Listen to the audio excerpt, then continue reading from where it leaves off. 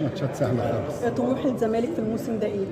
احنا لازم يكون نادي الزمالك الكبير العظيم ما بيشتغلش، ما فيش حاجه اسمها طموحه البطولات، كل البطولات. تمام. طبيعي يعني.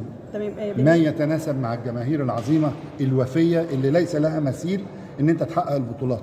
ثمرات ده شيء طبيعي. المعسكر فيريرا وثمرات في قلق شويه من النتائج طبعا من الجماهير برضه، المعسكر الوديات بتفرق شويه. طبيعي ان انت في الماتشات الوديه ان انت بتجرب كل العناصر، والتيم ما زال في مرحله البناء، وان شاء الله كل حاجه تكمل قبل في بدايه ايجابيات الدوري. وسلبيات في المعسكر، يعني ايه اللي حصل في شويه اللي استعدتوا فيهم للموسم وابرز استعدادات الزمالك؟ مهم جدا ان المعسكر يكون بيجمع اللعيبه، مهم جدا التجانس، مهم جدا التآلف، مهم جدا ان انت ترسي قواعد هتشتغل عليها طول الموسم.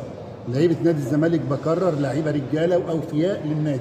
حتى مع ازمه فتوح مع التقدير لحضرتك طبيعي ان في كل فرقه هتلاقي فيه مشكله، ولكن لغه الكوره واحده في الدنيا كلها، كيف تتعامل مع المواقف دي شغلانتنا احنا. هتكتبوا